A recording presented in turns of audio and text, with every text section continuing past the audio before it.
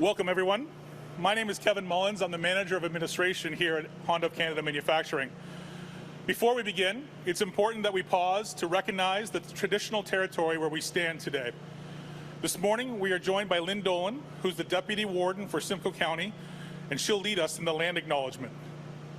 Following Lynn, the podium will be taken by Jean-Marc Leclerc, the President and CEO of Honda Canada. Thank you.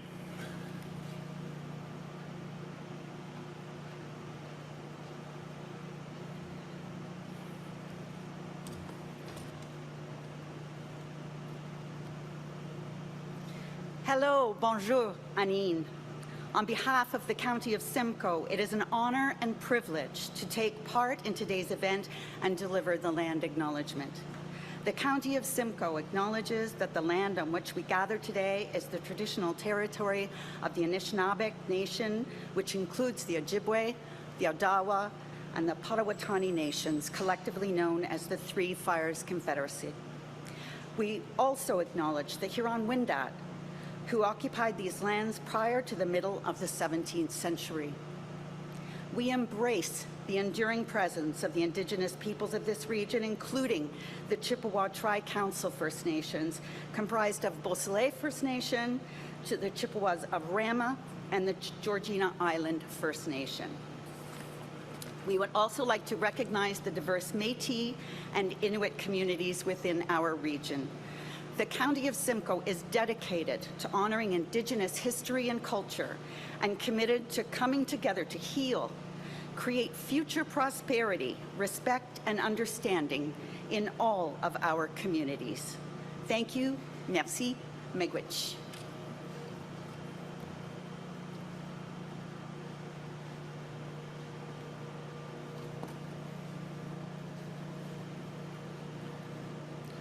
Good morning, everyone. On behalf of all Honda associates, I'm honoured today to welcome the Right Honourable Justin Trudeau, Prime Minister of Canada, the Honourable Doug Ford, Premier of Ontario, the Honourable François-Philippe Champagne, Minister of Innovation, Science and Industry Canada, and the Honourable Vic Fedeli, Minister of Economic Development, Job Creation and Trade for Ontario. I would also like to welcome all of you who have joined us here in person at Honda Canada Manufacturing this morning, as well as those who are joining us online. J'aimerais également souhaiter la bienvenue à tous ceux qui se sont joints à nous en personne ici à Honda Canada Manufacturing, ainsi qu'à ceux qui nous joignent en ligne. Aujourd'hui est une journée importante pour Honda Canada et pour la population de l'Ontario et du Canada. Today is an important day for Honda Canada and for the people of Ontario and Canada. Honda's Canadian manufacturing story began in 1986 when we became the first Japanese car company to build vehicles here in Canada. The hard work, skill, and determination of our original team and everyone who came after them is what led to millions of safe, reliable Canadian-built Honda vehicles being proudly parked in driveways across the country. It also established Alliston, Ontario on a global stage as a leader in manufacturing excellence. Today we operate 3 award-winning plants and employ more than 4,000 talented associates who are among the very best in the industry. We also work closely with a national network of dealer partners and hundreds of suppliers from coast to coast who remain committed to the Honda DNA. Together we are focused on continuous improvement in the respective areas of business to move the company forward.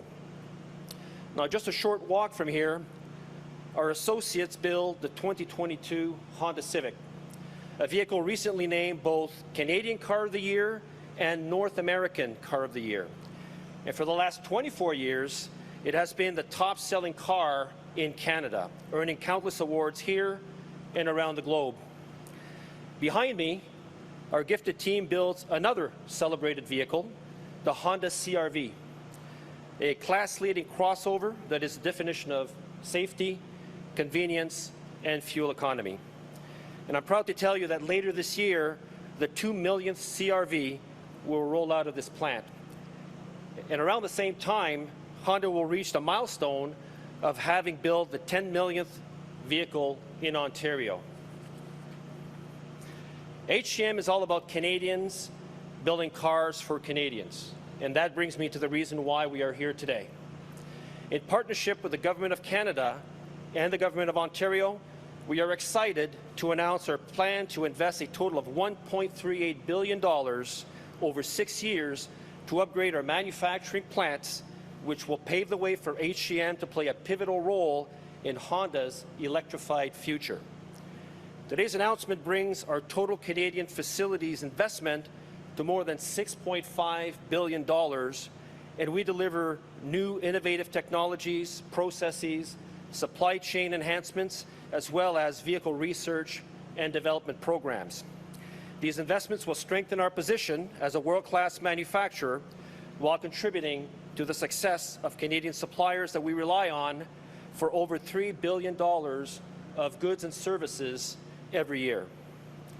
And by modernizing our plants for the future, we are protecting thousands of high-quality, well-paying Canadian jobs for years to come. La flotte globale de Honda émet aujourd'hui la plus faible quantité d'émissions de gaz à effet de serre parmi les fabricants de moteurs à combustion interne au Canada. C'est un point de fierté et une mesure de notre leadership. En fait, nous avons récemment annoncé un plan visant à ce que les véhicules électriques à batterie et à l'hydrogène représentent 100% de nos ventes de véhicules en Amérique du Nord d'ici 2040. Et l'investissement de près d'1,4 milliard de dollars annoncé aujourd'hui est une étape importante vers cet objectif. Honda's overall fleet today emits the lowest amount of greenhouse gas emissions amongst internal combustion engine manufacturers in Canada. This is a point of pride and a measure of our leadership.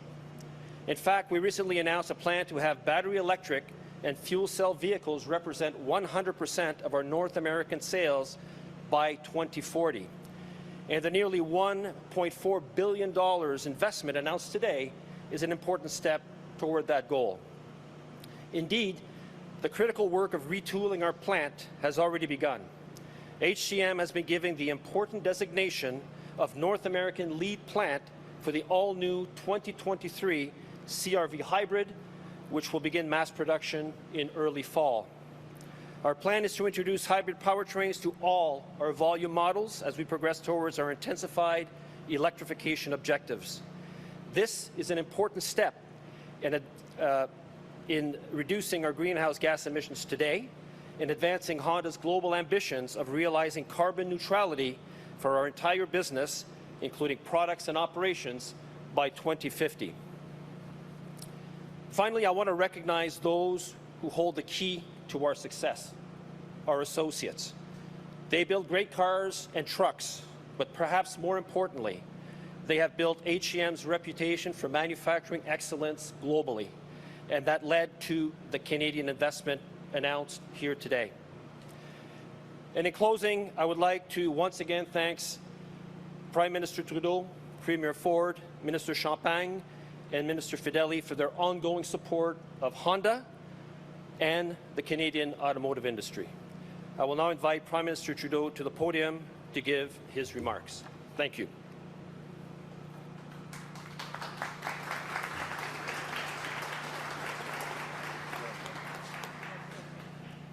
Merci Jean-Marc pour cette introduction et tout ton travail. I also want to salute the extraordinary team of Honda Associates here who've been pushing excellence here in Alliston and throughout the supply chain for many, many years. It's great to be here in Alliston with Premier Ford for a big announcement that's going to make a big impact not just on people here, but on the Canadian automotive industry. I'm also happy to be joined by Minister Champagne and Minister Fedeli, as well as MP from nearby, along with other local leaders.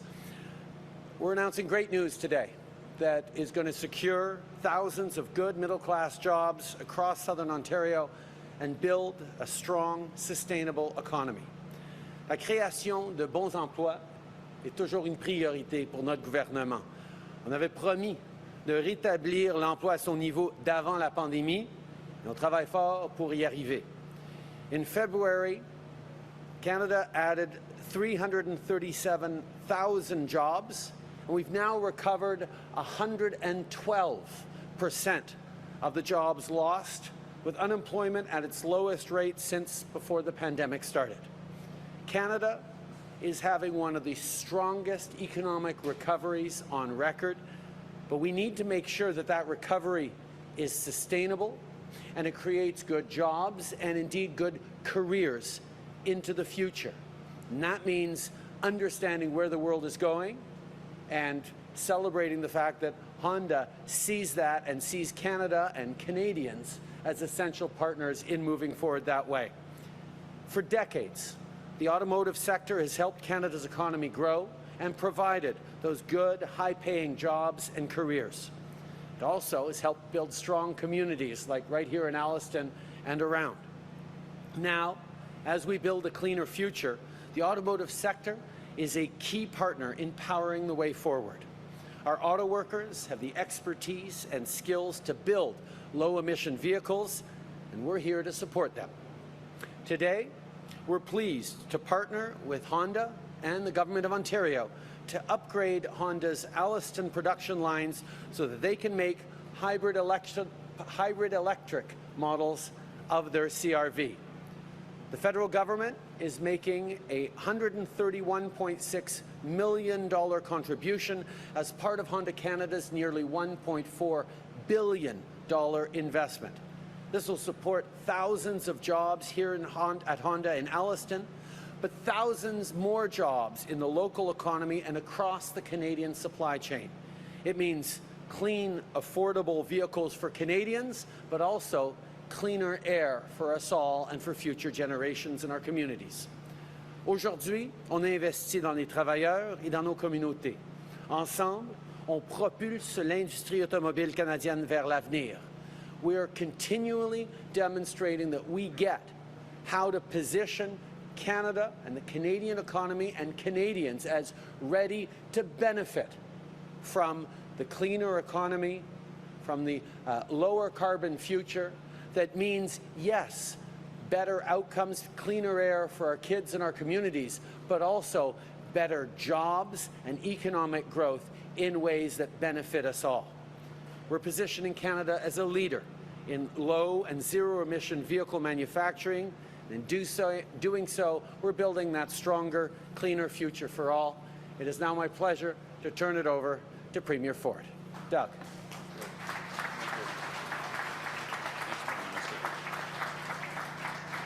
Well, thank you very much, and good morning, everyone. It's great to be here at Honda, and I just want to thank all your associates. You do an incredible job. Had an opportunity to say hello to them.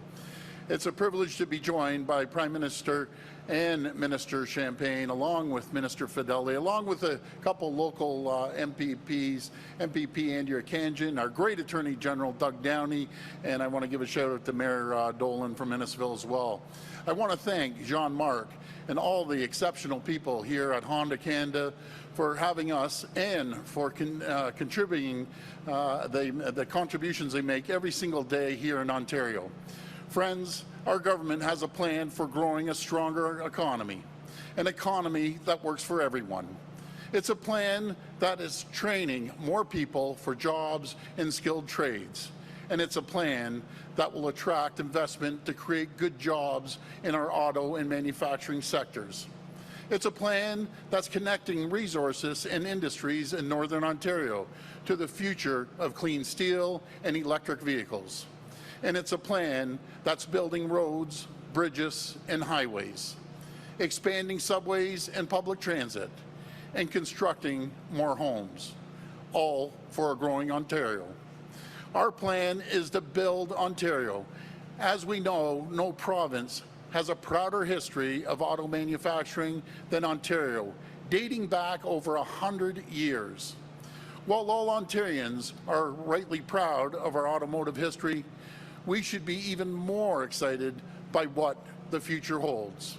And what's happening today is a major part of that future. Because today we're celebrating Honda Canada's $1.4 billion investment to retool its Alliston assembly plant and upgrade assembly lines. With matching support from Ontario and the federal government, which are investing $131.6 million each. These investments will ensure Honda Canada builds its next generation models like hybrids right here in Ontario to be sold right across North America. This means the cars of the future will be built right here by Ontario workers using Ontario resources. I want to thank Honda for their tremendous show of confidence in Ontario and the workers who make it all possible. This is truly incredible news for the entire province. Like I said earlier, Ontario is the automotive manufacturing powerhouse in North America. The sector employs almost 100,000 workers with even more spin-off jobs across the province. With our Driving Prosperity Plan, the number of goods, well-paying jobs will only grow.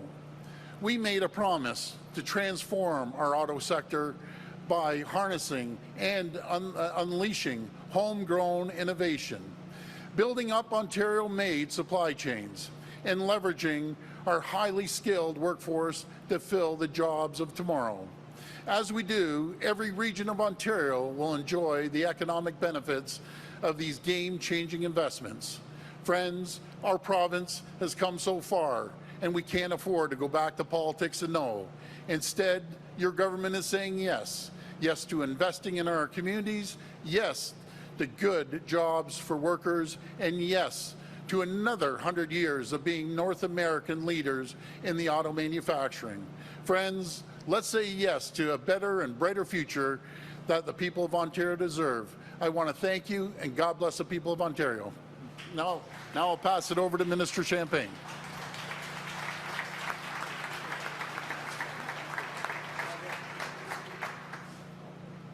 Good morning, everyone. It's great to be here with you today because we are basically retooling for the future. So that's a very exciting moment for everyone. Bonjour tout le monde. Hi, everyone. Thank you, Premier Ford, for the kind introduction.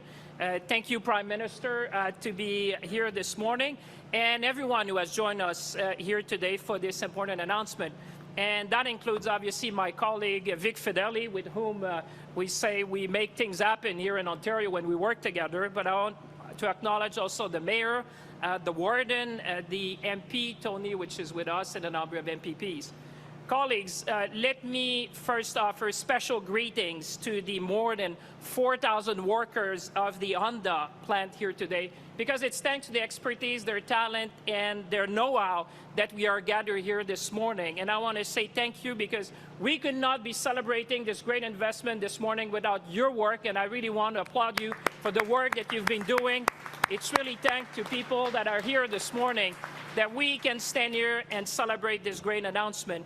As the Prime Minister said and the Premier, this is great news for Alliston. It is indeed great news for Ontario, but it's also great news for the entire Canadian auto sector. And I also want to acknowledge publicly and say a big thank you to Jean-Marc.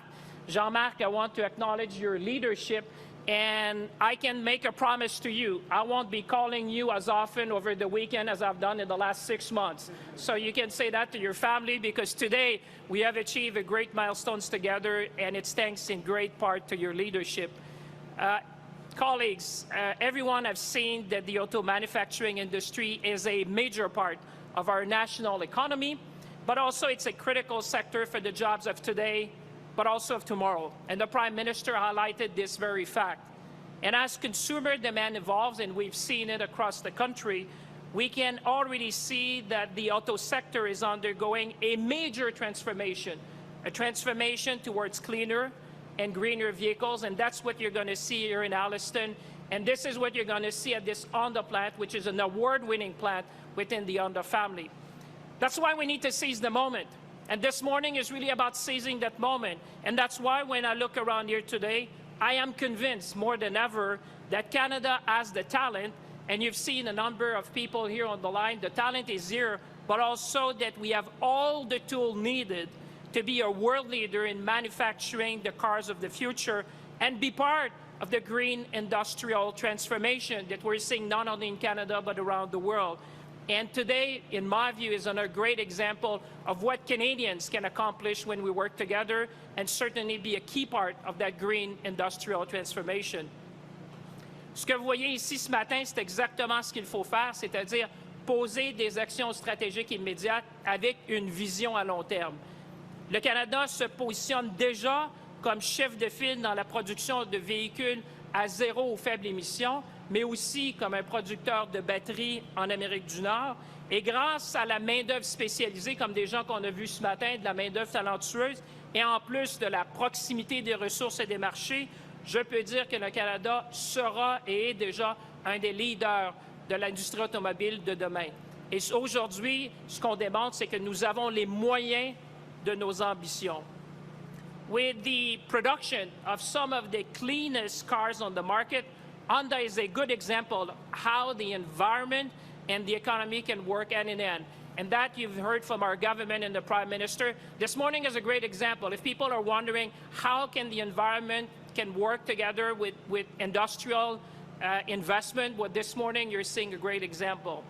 And as a matter of fact, in addition to contributing to Canada's greenhouse gas reduction goal, Honda's hybrid vehicle production will help to secure thousands of well-paying jobs right here in the community of Alliston, right here in Ontario.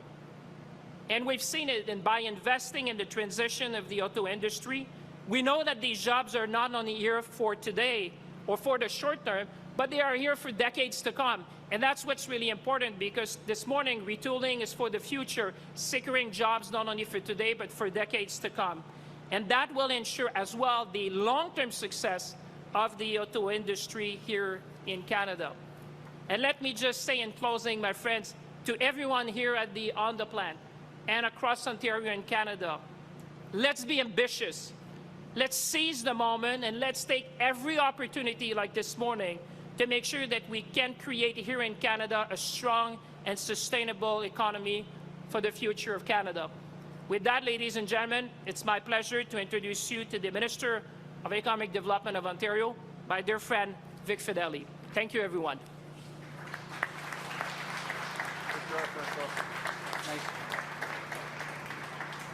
Thank you. Thank you, Minister Champagne, Premier Ford, Prime Minister Trudeau, and thank you to Jean-Marc and the whole team at Honda for hosting us here today. It's great to be back here in Alliston, home of Honda's assembly plant for more than 30 years. We're proud to be here with some of the thousands of incredible people who come to work here every single day. Since taking office, one of our government's top priorities has been to attract game-changing investments to the province and building up our auto sector to create the cars of the future.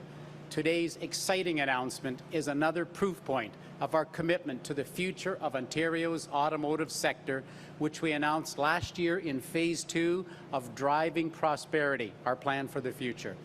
Ontario's automotive supply chain is ready to build the hybrid and battery electric vehicles of the future, and Driving Prosperity outlines our commitment to help make that happen.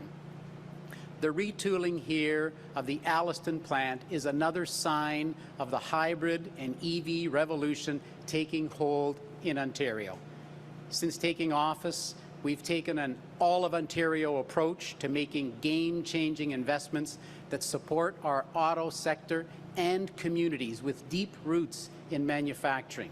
And this includes last month's once-in-a-generation $500 million investment towards Dofasco's green steel production in Hamilton, as well as many important investments across the province's auto supply chain through our $100 million regional development programs.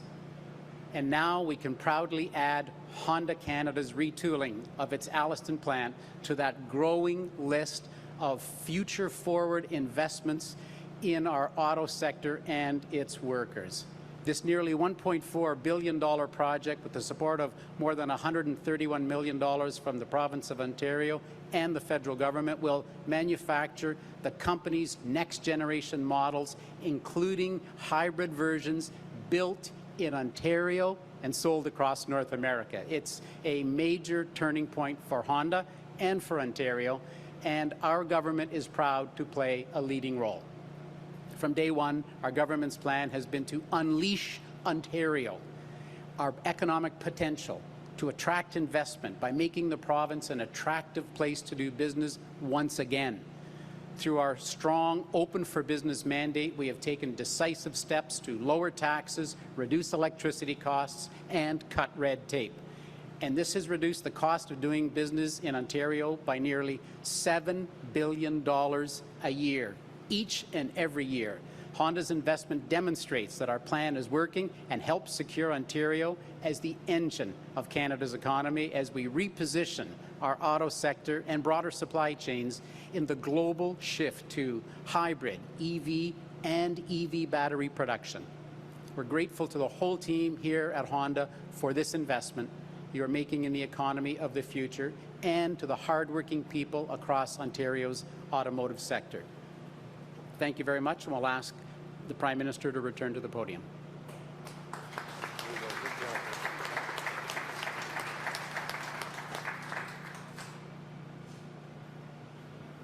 Bon après-midi. Thank you, Prime Minister.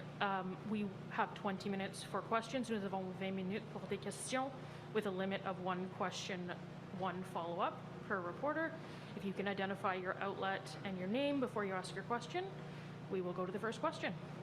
Good morning, Megan Fitzpatrick from CBC News. The first question is for you, Prime Minister. And if you could answer in French and English, please. A couple questions on Ukraine. Yesterday, President Zelensky made a very personal appeal for Canada to support him and his country, not just with words, but with actions. We know he wants a no-fly zone. We know so far your government has signaled Canada won't do that. What do you think the consequences of not doing a no-fly zone would be? Are you prepared to live with those consequences? If I could throw a second part in there, we've seen that he may be suggesting, President Zelensky, that he is willing to sacrifice NATO membership in order to put an end to this war. He's apparently expressed that to EU leaders.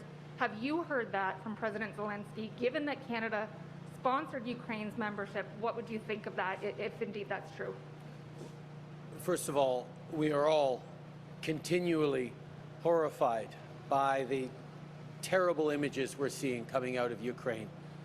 Vladimir Putin's illegal and unjust war must stop. It is a terrible thing for the people of Ukraine. It's also a terrible thing for the world. This attack on democracies, this attack on innocence, this attack on the very foundation and pillars that make us successful and prosperous and peaceful around the world. So we will continue to stand up and support Ukraine with humanitarian support, with refugee support, but also with equipment, military equipment and lethal equipment as well. This is something that we've continually done because the Ukrainians are demonstrating an ability to push back, defend their land, defend their country, defend their culture, defend their fellow citizens against this illegal Russian invasion.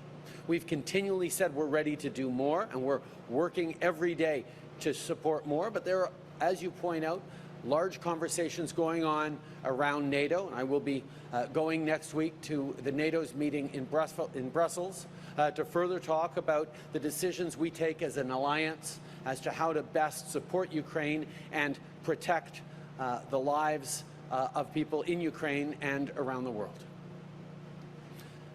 Nous voyons à tous les soirs les images horrifiques sortant de l'Ukraine.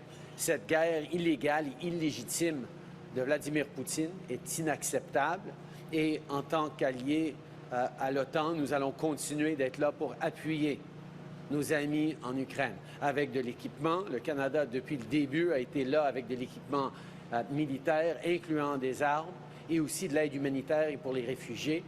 Et quand on sera à la rencontre de l'OTAN la semaine prochaine, on va continuer ces conversations sur la meilleure façon que le Canada peut aider en Ukraine. Second question for Mr. Ford, please. Mr. Ford, when you came into office, you took a number of steps that didn't exactly encourage the adoption of electric vehicles, like revoking the rebate that had been offered to Ontarians to purchase the vehicles. And at the time, you said you didn't want to subsidize millionaires buying Teslas. But it's not just Teslas anymore. It's Honda. It's other manufacturers that are getting into the market. So If you want to continue to support jobs at plants like this, you presumably would want to create more demand for electric vehicles in Ontario. So what are you going to do that? Will you bring the rebate back? If not, why not? And if you won't, what will you do instead to create some incentives, create demands for electric vehicles? And Mr. Trudeau, do you think Ontario should bring the rebate back? Well, first of all, thanks for the question. And just to set the record straight, since we've been in office, electric vehicles have tripled in sales. So I guess that was a good decision. But we're putting money back into electric vehicles. We're putting money back into our minerals. And we're able to open up facilities in the north to actually manufacture the batteries, the critical minerals. We'll be investing tens and hundreds of millions of dollars up there to make sure that those batteries can be put into the cars. We're investing billions of dollars into the auto sector that the prior government didn't do. Matter of fact, the auto sectors we're leaving. Now we have 5 strong auto companies right here in Ontario producing vehicles of the future. We're creating jobs of the future. We invested $500 million down at the FASCO, electric arc furnaces, to get rid of the emissions. So I think we're doing a great job on the environment and emissions. So I'm going to take that as a no on the rebate. Mr. Trudeau, if you could respond, and then We're going to continue to make sure that automakers invest in the jobs of the future and in the cars of the future across the country. We're happy to work with Ontario on this great announcement today. Next question. Bonjour, Camille Fayreisen pour Radio-Canada. J'ai une question pour vous, Monsieur Trudeau. Les ministres de la Défense un peu partout dans le monde discutent actuellement de donner un statut éventuellement neutre à l'Ukraine, comme c'est le cas par exemple en Suède, en Suisse. Êtes-vous en faveur de ça et pourquoi? C'est des conversations, évidemment, qui sont en train de se faire en Europe. J'en ai eu dans la dernière semaine où j'ai eu des rencontres avec beaucoup de différents leaders, mais l'important de se souvenir, c'est qu'on ne peut pas décider de l'Ukraine et de l'avenir de l'Ukraine sans l'Ukraine. Et c'est les Ukrainiens eux-mêmes qui sont en train de se battre, de faire face à la Russie, à cette invasion illégale.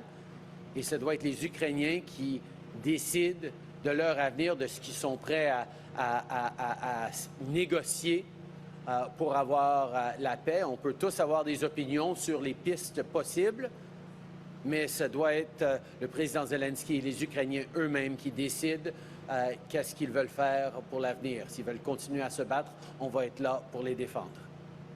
Merci. Et j'ai une deuxième question concernant les services de garde. Le gouvernement de l'Ontario demande plus d'argent de la part d'Ottawa pour arriver à une entente sur les services de garde. Jusqu'où êtes-vous prêt à aller pour qu'on atteigne cette entente? J'aimerais aussi avoir la réponse en anglais, s'il vous plaît. On sait très bien qu'avec les hausses du coût de la vie, les familles en arrachent un peu partout à travers le pays. C'est pour ça que les mesures que les gouvernements peuvent mettre de l'avant pour aider les familles sont si importantes. Et notre initiative sur les garderies à 10 $ est en train déjà de faire une grosse différence pour les familles à travers le pays. Et on a très hâte de pouvoir annoncer quelque chose avec l'Ontario. Je peux vous souligner que le travail avance très bien en termes des discussions sur les garderies. I can say that we know that families are pressured right now with rising costs of living. The global inflation crisis caused first by coming out of this pandemic and second by this illegal war that Vladimir Putin has launched in Ukraine is putting pressure on families. That's why governments need to continually step up to support hardworking families with things that are going to reduce their costs. And that's why we are so excited about the $10 a day child care announcements we've made right across the country, where we're seeing child care costs reduced already for many, many families across the country. And I can tell you that the Government of Canada and the Government of Ontario are working very hard and very well together. And we hope to have announcements to make soon. Next question. Hi, Matthew Bingley from Global News. Prime Minister and Premier, Ford, if you could both respond to this. To follow up on that childcare question, you talk about the importance of getting a deal done. March 31st, the deadline is rapidly approaching to make a deal. You're both in the same room. What is it going to take for you to find common ground on this and make a deal? Well, the common ground that we've always shared is a desire to see costs lowered for hardworking families across Ontario and indeed across the country, and do the things that are going to help them get ahead. And we know childcare, particularly coming out of this pandemic, where the advocates, like the federal Liberal government for a long time for childcare, were joined by business leaders and advocates across the country who understood in the pandemic just how important quality early learning in childcare is, not just for families, not just for kids to have the right start, not just for moms to be able to rejoin the workforce, but also for our economy to grow. So from that place of alignment and agreement, we're working very hard, and like I said, we hope to have things to announce very soon. Doug?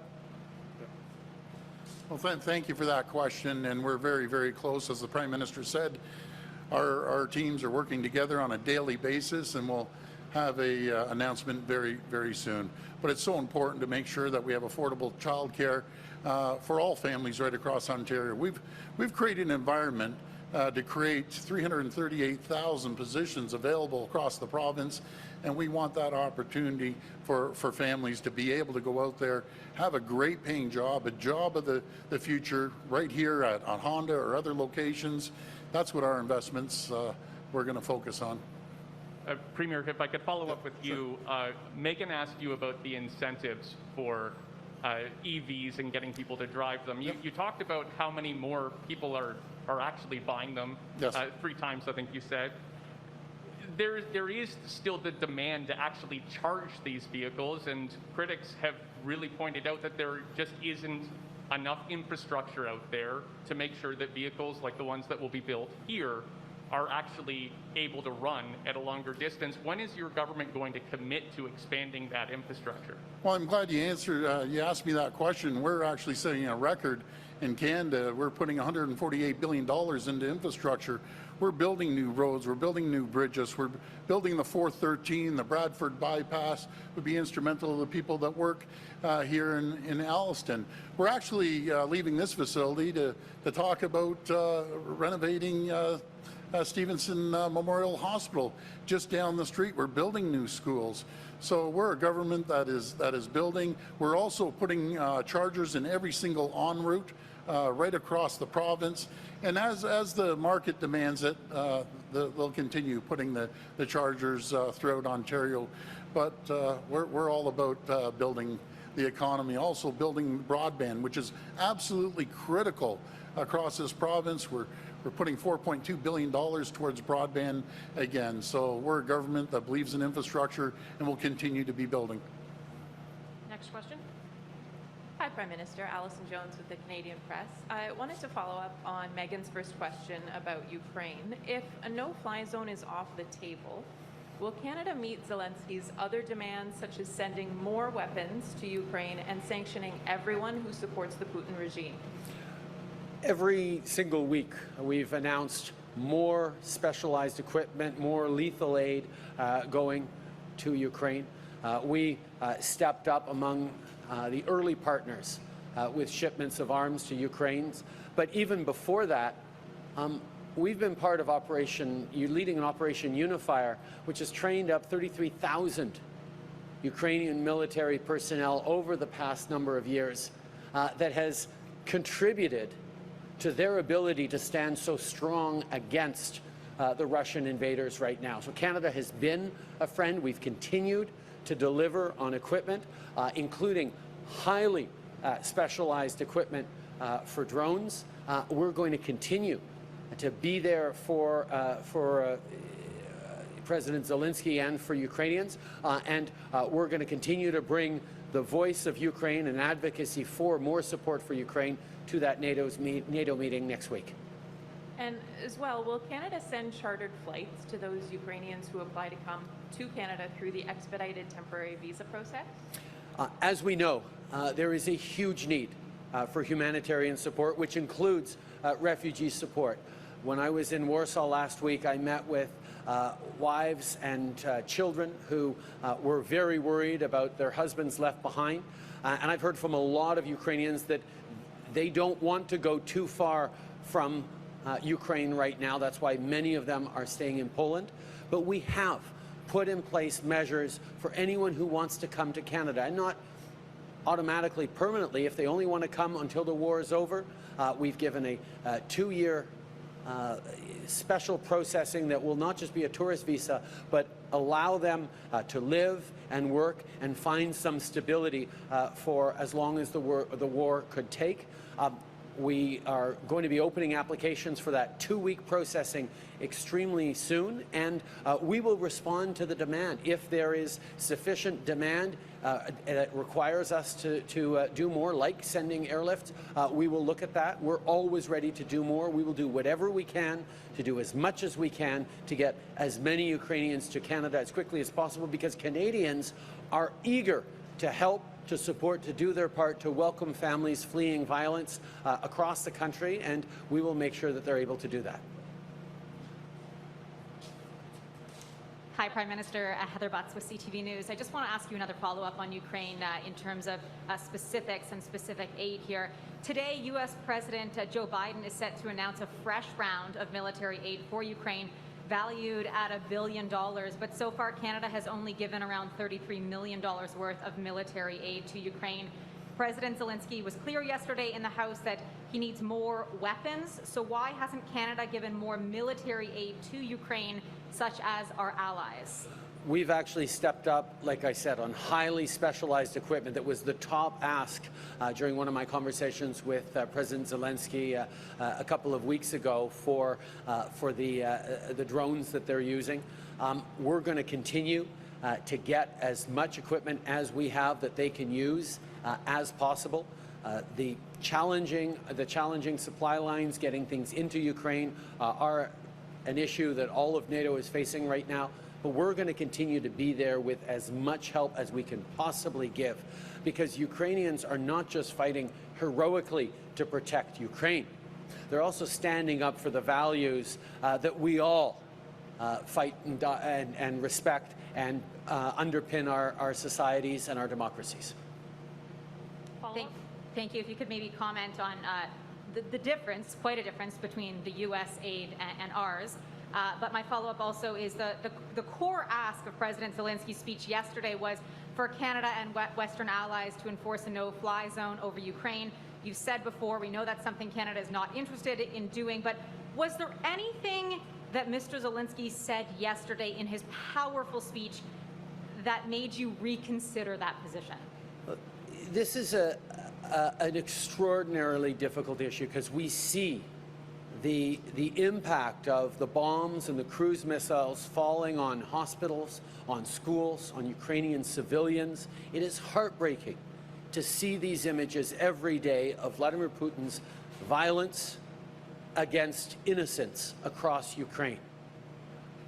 As a NATO alliance, we continue to look at ways we can help support and protect Ukrainians and continue to prevent this war from expanding and escalating elsewhere.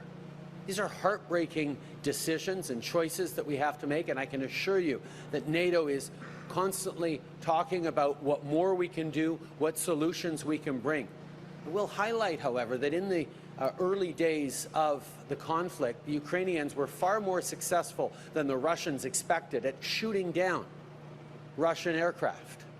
And we've seen an emphasis away from aircraft flying into Ukrainian space, and more bombs and cruise missiles launched from a distance, which is a challenge in terms of closing the skies as well. We'll take the last question. Good afternoon. Jamie with City TV. A Russian company is tunneling holes for the Scarborough subway through Metrolinx. He owns a 20% stake in that company. Where do the sanctions against the Russians start and stop? There's other Russian investors in Canada. Should we cancel the contract, pay outrageous penalties, or should we continue dealing with the Russians? Our focus on these crushing sanctions that we're applying to the Russian economy, to Vladimir Putin himself, and to all who've supported and enabled him are on getting at the people responsible for this illegal, terrible war in Ukraine. We are very carefully targeting those oligarchs and leaders themselves, and whether it's the Scarborough subway or Ivraz Steel in Saskatchewan, we're making sure that the support and the work for Canadians who are doing important work in building a stronger future ourselves is not impacted. Our sanctions are targeted specifically at those oligarchs and those supporters of Putin's ability to benefit from, for example, the hard work of Canadian workers. Mr. Prime Minister, there's a second question. You work in Ontario. Our mask mandate's coming down. When are you going to wear a mask? Are you going to wear a mask? I think all Canadians are pretty damn tired of 2 years of this pandemic and eager to get back to normal as much as possible. At the same time, we've also seen Canadians be very thoughtful and very careful throughout this pandemic about being there for each other, about keeping our frontline workers from being overwhelmed, about being there for our vulnerable loved ones. I think everyone, as measures get eased, the federal government has eased some of the measures at the borders just a few weeks ago. We're going to continue to look at what more we can do. As measures are eased and adjusted across the country, Canadians will, of course, benefit from that, but also, I know, continue to keep in mind the choices needed from context to context to keep themselves and their loved ones safe. I'm no different. I will be making decisions on what I can do to get back to normal as best as possible, while at the same time making sure that I'm doing my part to keep people safe. And individual choices and autonomy, informed by science, informed by public health recommendations, is, I think, something that we all agree on. Thank you. That concludes today's press conference. Merci. Ça met fin à la conférence de presse.